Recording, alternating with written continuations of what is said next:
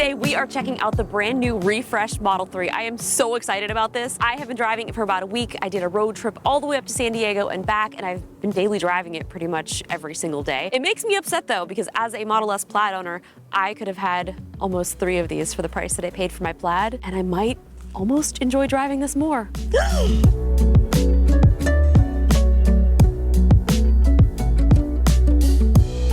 The first thing that you're gonna notice with this new Model 3 is how sleek the design looks. It is much more aerodynamic, and you can actually tell just by looking at it. It's more angular, and it just looks so sharp and crisp and premium. You can also tell a new refresh here to the headlights, and this also has the new hardware for cameras, which we'll talk more about later. But all in all, this thing looks beautiful, and I'm obsessed with this color. I'm actually not a huge fan of the color red, but when I first saw this red that they came out with on the Model S and the X, I was like, okay, that looks so much better. And now they have brought it here to the Model 3, and you can tell it looks awesome. Now, not only do they have the new Ultra Red, but they also have this version available in the Stealth Gray, which is really, really pretty as well. So the Model 3 that I'm testing out is the long range. Now, this comes with the standard 18-inch Photon wheels. You can upgrade if you want to the 19-inch Nova wheels, but that will give you a decrease in range. So for example, if I have the 18-inch, I'll get about 341 miles, whereas the 19 is gonna drop you down to 304-ish estimated.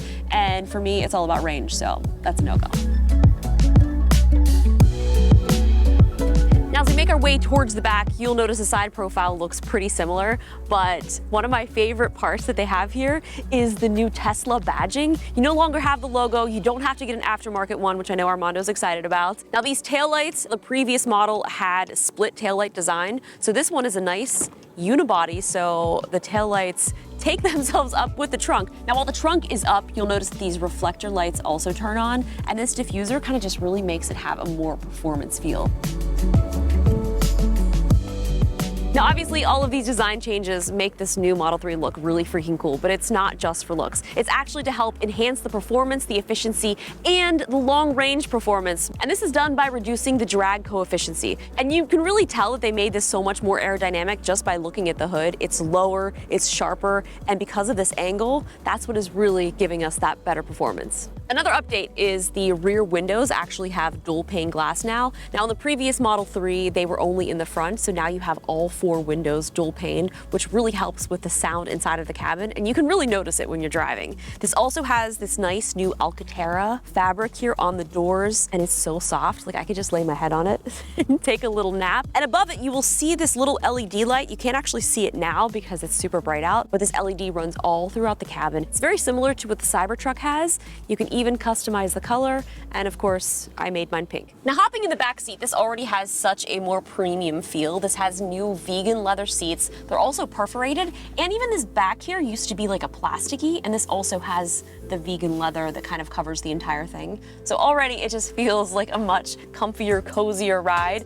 But the star of the show is this new 8-inch display. So this is awesome because if you do have passengers, they're able to watch Netflix, control their temperature, and you can even control the passenger seat. You can't control the driver's seat because obviously that wouldn't be safe for your driver, but here we go, look.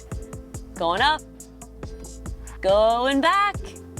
We do also have heated seats back here, and the other cool thing about this display is you can connect it to Bluetooth, so if you have some little passengers back here, you don't want to listen to children's content while you're driving, you can give them some Bluetooth headphones and you're good to go. Now inside in the front seats, which are extremely comfortable, and they do feel so much like my S. Like everything about this just feels like such a huge upgrade. The other thing that I like about these seats is they have cooling. The other thing that is a huge difference is this now no longer has stalks. It took me about a year to get used to these turn signals. You basically have to press the buttons, and that's how you have your turn signal, which now I can't live without, but it definitely takes a while to get used to. I do like that they actually made this a real horn, because on the first version of the Plaid, it drove me insane. Like, I'd be driving and I would have to hit the horn. Couldn't even find it because it's a tiny little button. Worst design ever. Moving on to things that I do like. The updated screen, it has less bezels. This also has a nice cloth right here on the interior, which that used to be wood,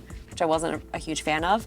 And again, you can see the LED just going throughout the front here, which looks so cool at nights. The other thing that you have to know is if you do want to put this into drive or reverse, you will have to use the screen, or they have now placed it up here on the top, kind of like in the Cybertruck.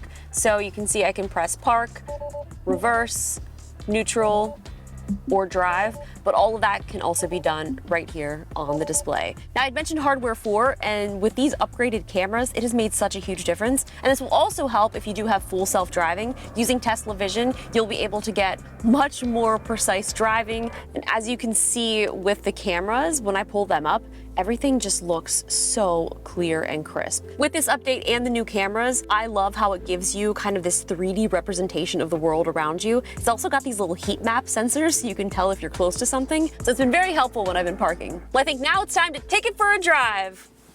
Let's go. Oh, drive's over there.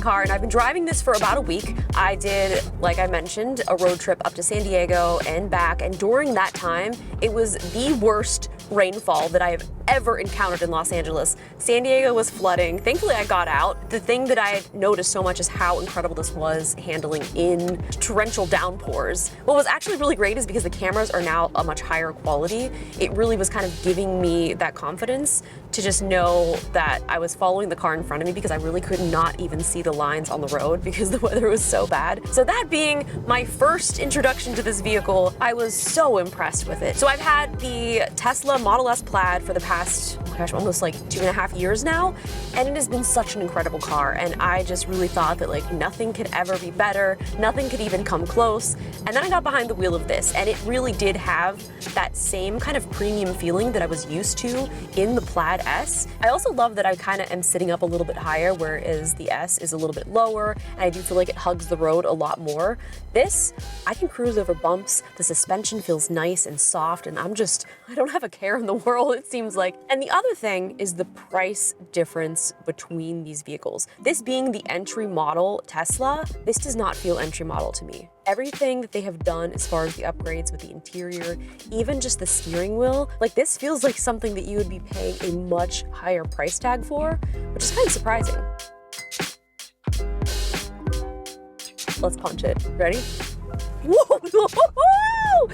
Okay, now it doesn't have the extreme pickup that the Plaid does, but I'm gonna tell you that you're not gonna be disappointed, because it definitely will get the job done. If you need to fire off that line when you're at a red light, it's gonna do it! Are you okay over there?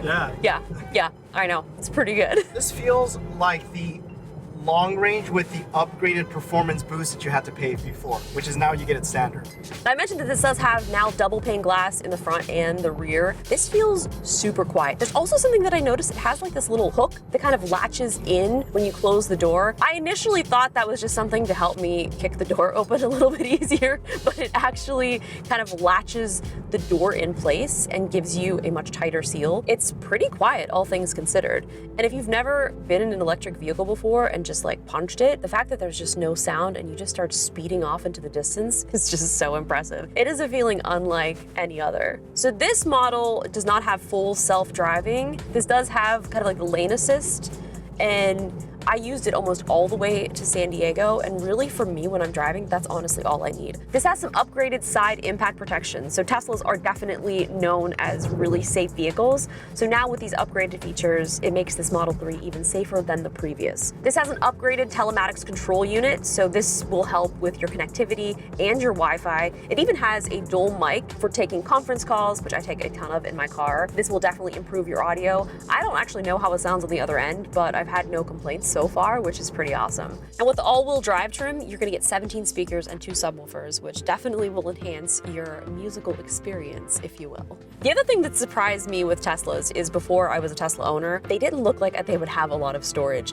And I was pleasantly surprised how much storage space it actually has. These seats will pop down, so you're able to put tons of suitcases, tons of luggage. And of course, there is some under trunk storage, and you've got the frunk. You can put so much in this thing that It's pretty incredible. So in the past week, I've had so much fun with this car, and it's been kind of cool because a lot of people have stopped me and have wanted to look inside and take a peek, because this car has been out, I think, in China and in the UK right now, and it's just coming to the US. So seeing this thing kind of driving around, like, it does look a little bit different.